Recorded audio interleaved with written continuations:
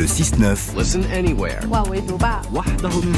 sur France Inter. Et bonjour Gallagher Fenwick. Bonjour à tous. Sur la chronique géopolitique ce matin, vous nous rappelez qu'il y a des drames ailleurs qu'en Ukraine et au Proche-Orient dont il faut également parler. Absolument Amélie, et celui qui se déroule actuellement au Soudan est de cela. Situé en Afrique du Nord-Est, sur les rives de la mer Rouge, cet immense pays est le théâtre d'une tragédie humanitaire en cours. Plus de 7 millions d'habitants y sont des déplacés internes. C'est plus que dans n'importe quelle autre crise actuelle dans le monde, selon l'Agence des Nations Unies pour les réfugiés. Des déplacements provoqués par la guerre qui a éclaté en avril dernier. Elle oppose deux généraux qui, avant de s'affronter, ont participé ensemble à la transition démocratique dans le pays après la chute du dictateur Omar el-Béchir en 2019.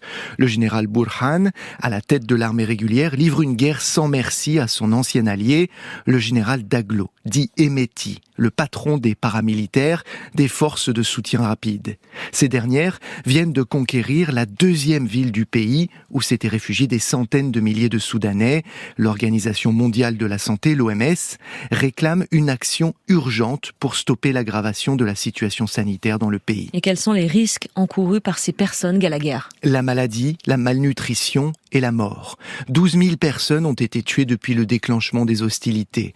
Dans les régions les plus affectées, 70% des établissements de santé ne fonctionnent plus, selon l'OMS.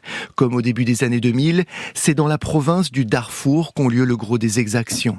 Des civils y sont exécutés de manière sommaire et des femmes y subissent des violences sexuelles. Des actes parfois filmés par ceux qui les perpétuent, comme sur la séquence que vous entendez.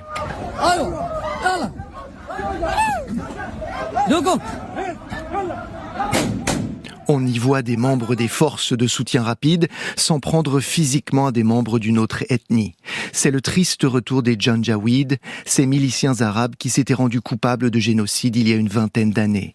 La peur que ce scénario ne se répète est à l'origine de la fuite de plus d'1 million de Soudanaises et de Soudanaises vers les pays voisins, le Tchad notamment. Et que peut faire la communauté internationale, Gallagher ? Il serait judicieux, Amélie, que le Conseil de sécurité se saisisse de cette situation afin de mettre des moyens en œuvre pour la protection des civils. Mais la première des mesures à adopter est de parler de ce conflit.